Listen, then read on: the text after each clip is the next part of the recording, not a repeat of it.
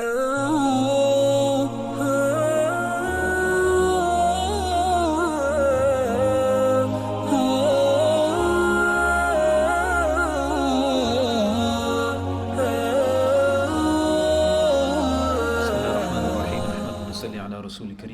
alaikum wa rahmatullahi wa barakatuh. This is the continuation, just wrapping up the chapter on joining prayers, shortening prayers, praying while traveling. So the chapter today, I only have about 2 pages of this section left. The permissibility of doing nafal, jawazu tanaffuli fi safari, that the permissibility of doing nafal prayers while traveling. Imam Malik narrated from Nafi', who narrated from Abdullah bin Umar, that along with his fard salat, he would not pray anything like before and after. So we know that with salat there's rawatib, not sunnah prayers before and after. He wouldn't pray anything in it, before it or after it, except that he prayed illa min jawfil layli, except in the depth in the night, late at night, in tahajjud, in the depth of the night, and he wouldn't pray on the ground. He used to pray on the ground because they're on the ride, on the animals, they're riding, most likely camels. So he said, he prayed on the ground. When he was on the ground, if he stopped, in the night he prayed, but if they're still riding at night time, then he used to pray on his ride. We mentioned that last time, whichever direction that it faced. Imam Malik narrated that he's reached him. We're talking about nafil prayers here, not about the fard. Imam Malik narrated that he's reached him, that Nafi' narrated from Abdullah bin Umar, that he used to see his son Ubaydullah bin Abdullah, that he used to yatanaffal fi safari fala yunkir dhalik alayhi, that he would not, he used to see his son praying nafal while traveling, but he would not prevent him from something or reject that act that he did. Because he used to, Abdullah bin Umar, as I mentioned before, was someone that if you did something wrong or against the teaching of Rasulullah or something that was odd, he would correct you on this. He was known for being very particular, as we read in the previous narration. He was very detail oriented, and even small things he used to pick on and teach people the correct way of doing things. So he would not say anything.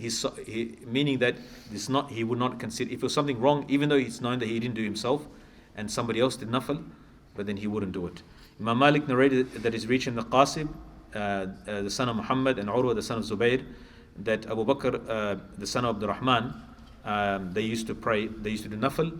كانوا يتنفلون في السفر. They used to do nafal in safar, in journey.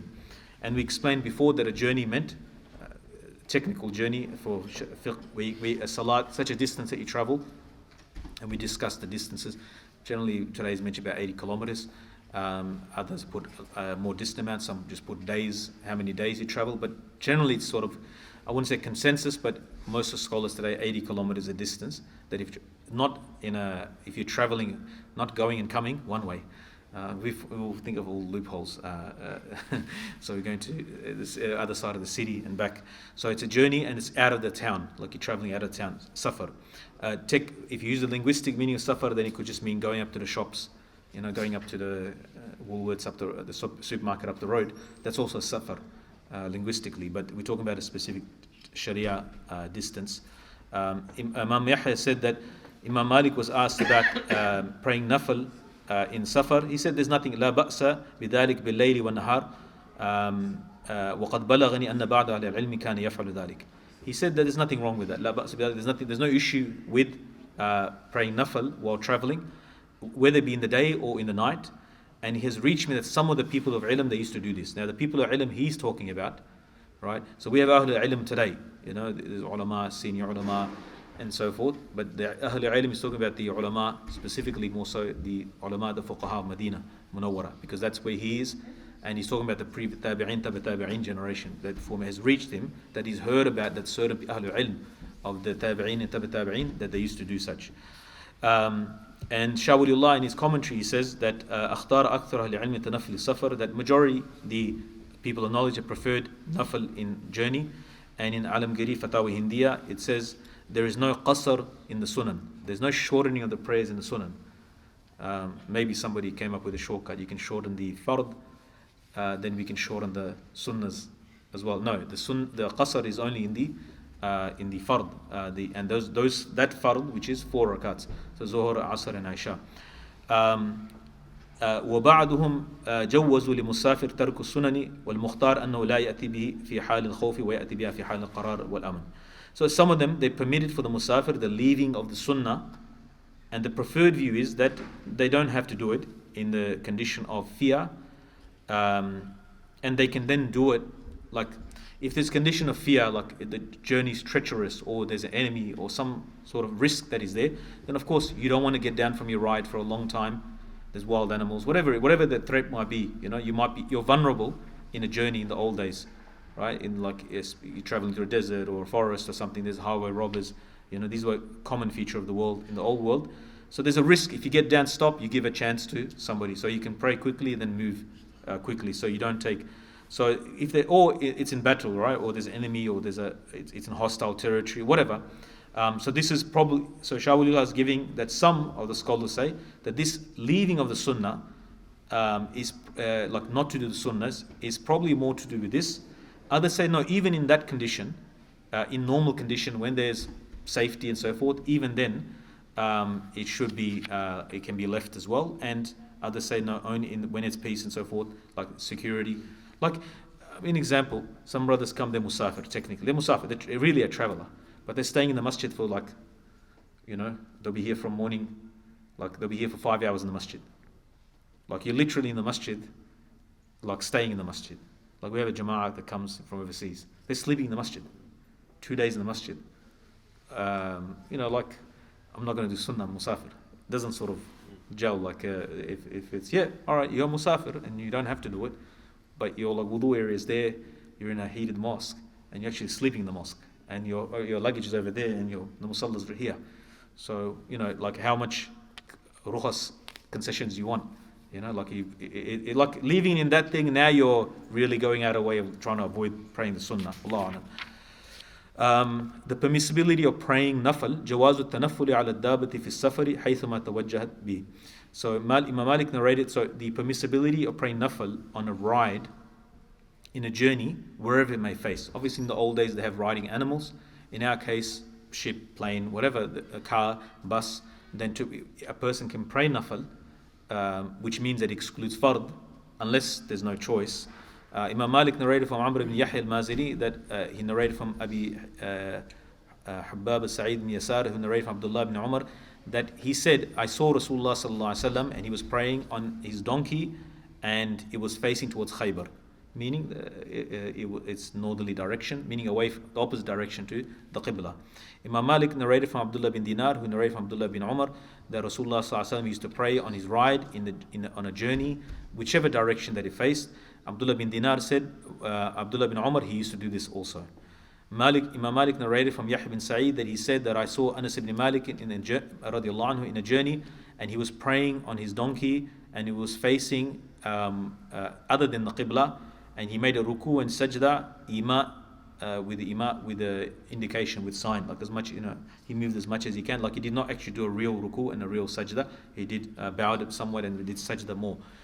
And min ghayr an yada'a wajhu ala shay, and without putting his head, like you don't need someone who's doing a ruku, a sajda.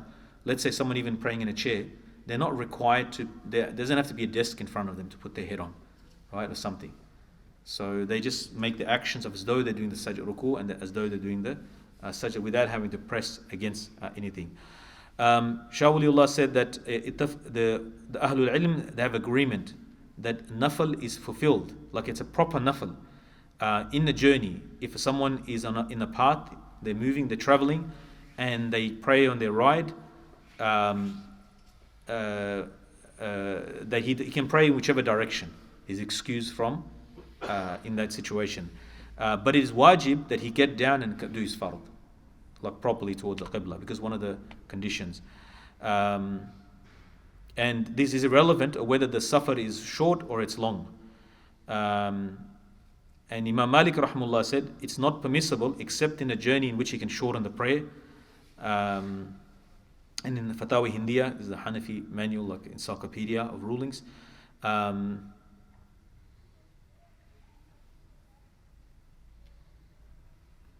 So then it's the same for the wajib, that if a person starts the salat turning towards the qibla, facing towards the qibla, and if he turns around,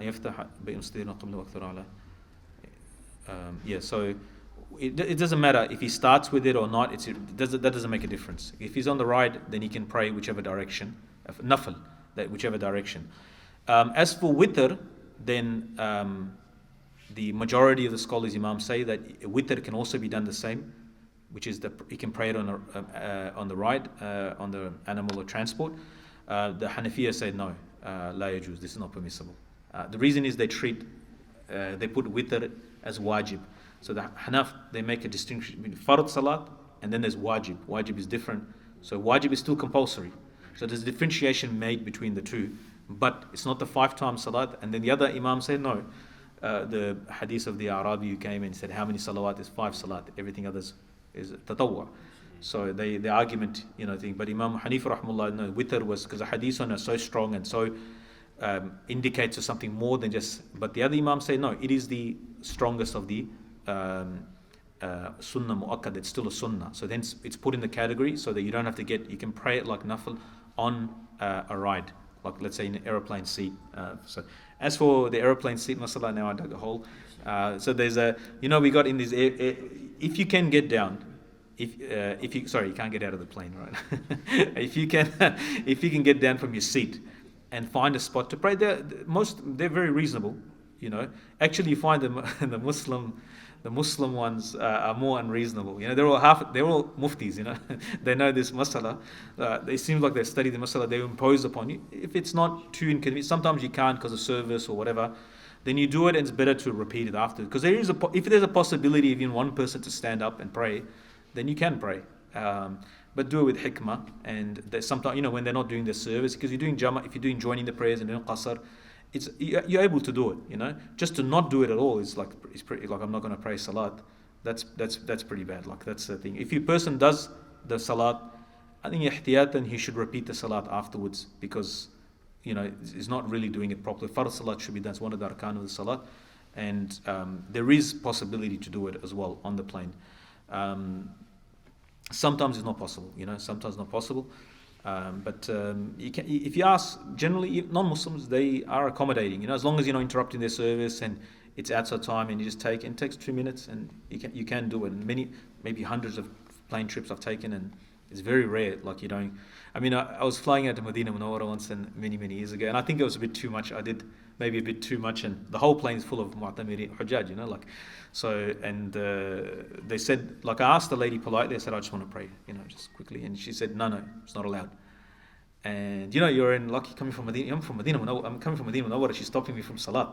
And so I said, all right, I'm allowed to pray. So then just put the sajjad in the middle, right in the middle of the aisle.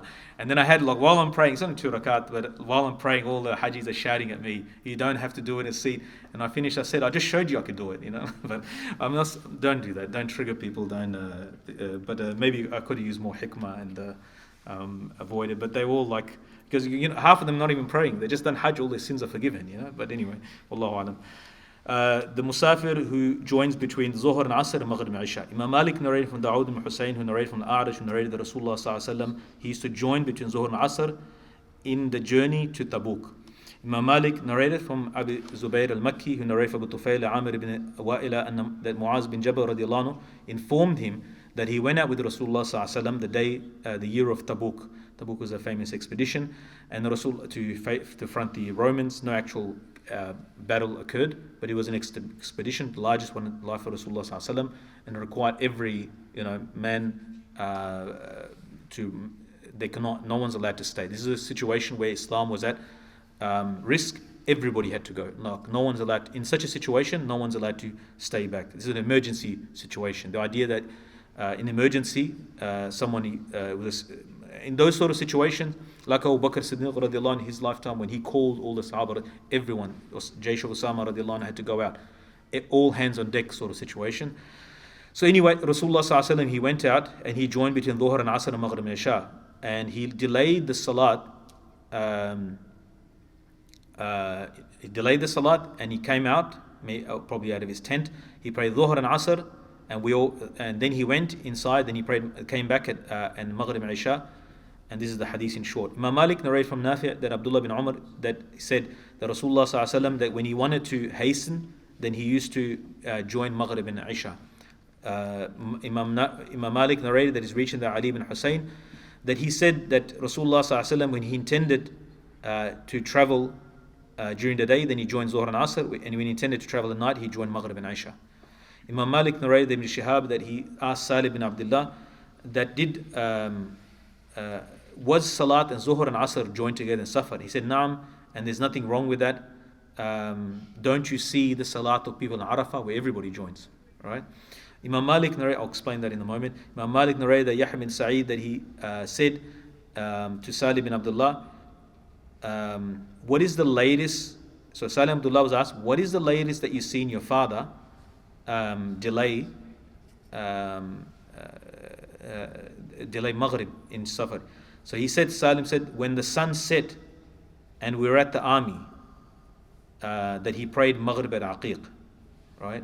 So he's giving, like, they would know that he would delay so much that let's, if I give an example, like if that I prayed Maghrib and then by the time I get to Melton I prayed Isha. I'm just giving examples so you understand. Like they know that it took that long to get to a certain place.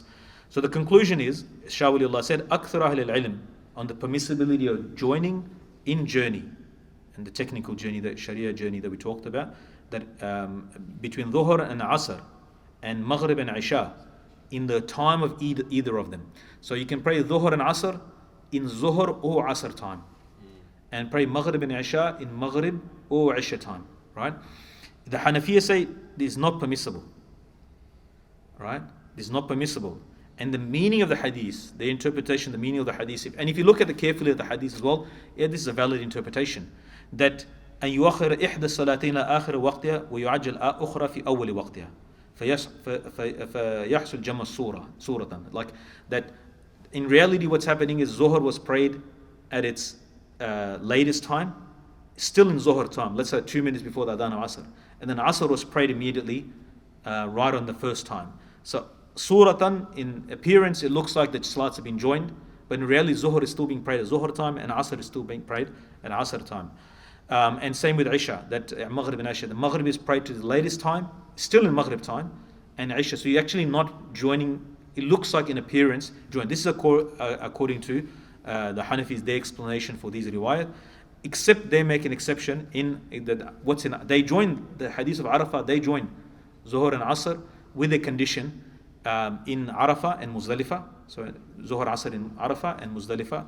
But in Arafah, on the condition that you're praying behind the Amirul Hajj, which is usually the Mufti of the country over there, or whoever's been appointed Amirul Hajj. For every year there's an Amir of Hajj. One of the years Shaykh Hadith was appointed. Usually he's the Mufti of the country. He's appointed as the Amir of Hajj. And we see Rasulullah SAW appointed people, the person in charge oversees the Hajj. They do the khutbah. So so in short, so they do join. It's not that they reject the hadith of joining. But Zuhr Asr are prayed in Zuhr time in Arafah, and in Maghrib and Isha in Muzdalifah, usually in Isha time. It is in Isha time. And there's a debate amongst the different madhab how they look at, because is the Qasr and Jama in Arafah, is this because of Hajj? There's debate on this. Or is it because of Safar? So the Shafi'is differ on this, and so we have sort of like a mixture of today, like these views, sort of like people not sure. I'm not talking about ulama, but like people like, oh, why are we joining? So because if you end up in Makkah Mukarramah, and this was one of the issues came a few years ago, one of the Imams al-Haram became the Amir al-Hajj. He's joining his prayer in Arafah, but he lives in Makkah Mukarramah. Alright, so his view would be that this is to do specifically with Arafah, irrelevant that he's a person in Makkah because he's doing Hajj that year. While other ulama would look at that and said, no, like you can't, you're muqim. The shortening of prayers and joining of prayers only, I think the Shafi'is hold this view that this is only for Safar. So if you become a muqim in Makkah, you'll have to pray Zuhr and Zuhr time and Asr time, even if you're in Hajj. Allahu Alam. And this was also narrated as such by Ali wa Sa'ad wa Ibn Waqas wa Jamu' al-Hajj fa muttafaqun alayh. So he says agreed upon. Wallahu Alam. And that's just last small chapter. Imam Malik narrate from Nafi, they narrate from Abdullah bin Umar. This is about joining the prayers in rain. That Abdullah bin Umar, that he used to make, that Abdullah bin Umar radiallahu anhu, that Rasulullah sallallahu alaihi wasallam, that he used to join the Umara, Nafi and Abdullah bin Umar, كان إذا جمع الأمراء بين المغرب والعشاء. I think he's referring to Umar radiallahu anhu, if I remember correctly. But basically, Jama' was made with the commanders, the governors, when they used to gather and they used to come together. When it was rain, then they used to join the prayers in rain. So Shah Waliullah said that majority have gone to the permissibility of joining the prayers in rain. This is not for travelers. This is when you're at home, right? And Imam Shafi'i has put the condition أن يكون مطر قائم وقت افتتاح الأولى, that the rain should start at the first salat, and وحال الفراغ منها إلى أن يقيم الثانية, that the rain continues and the second salat starts. So it's already raining, you pray the first salat, and then the second salat started, it's still raining, then you can join the prayers. And one of the prayers, one of the places I realized that, see, rain for us doesn't mean, if we come out of our garage, press the button, automatic door, we drive to the masjid, we come into the masjid, we get out, we might get wet, just on that little 5 minutes, especially for me, because my car's just there. And that's like, yes, technically, if it's raining, Jama' can be done even at home, and Jama' can be done here in Maghrib and Isha. But it's not, the Hanaf say that it's not permissible. And they put it into another category and said this is, again, it will be like Jama Suri, like you pray Suratan, like it'll be at the end of the Zohar time and Asr, out of ease for people. But even the ones that allow it, like if you look at the Fiqh al-Hanbali book, because that's the most easiest madhab when it comes to Jama. Like in terms of Jama, the Hanabila are the most marad, and there's a lot of list of things when you can do Jama. Certain work jobs and things as well allow it.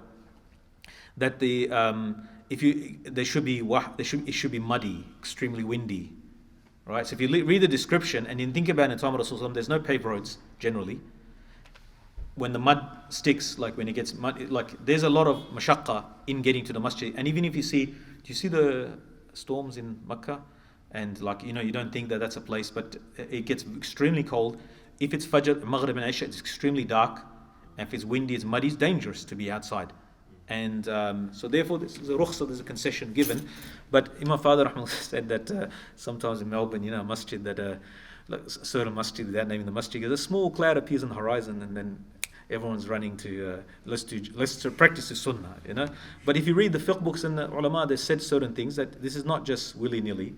Like you come into a masjid that's muddy, outside is muddy, getting there. Even I remember to Palestine when went there, the old cobblestone, the old city, And then when the sleet, when it freezes, right? Like I remember, like it was very dangerous actually. Yeah, it's very dangerous. Like you can slip and hit Masjid Al-Aqsa going for Fajr, and it was like the beginning of winter, like in December or something like that, if I remember correctly. But it was like it's like you're walking on ice. You're walking on ice. You can understand, like this makes sense. Like we better. Then we were doing Jama everywhere. We were doing whenever we went, we were in a masjid. We in Sidwan, Jabal Mukabbir and all that. We were doing Jama because then it's uphill, downhill as well. It's dangerous to keep going back to the masjid like that.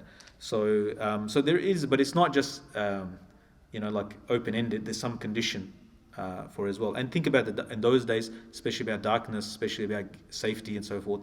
It would have been less. In our case, I mean, it is allowed.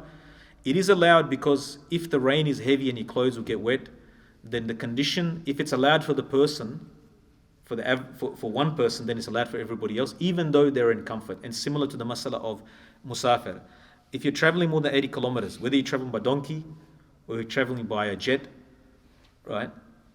If you're traveling by helicopter, it takes you 5 minutes to get to your location, right? You both can shorten the prayer. So the concession is still there, with that slight conditions of there's a mashaqqa, there's difficulty in getting to the place salat.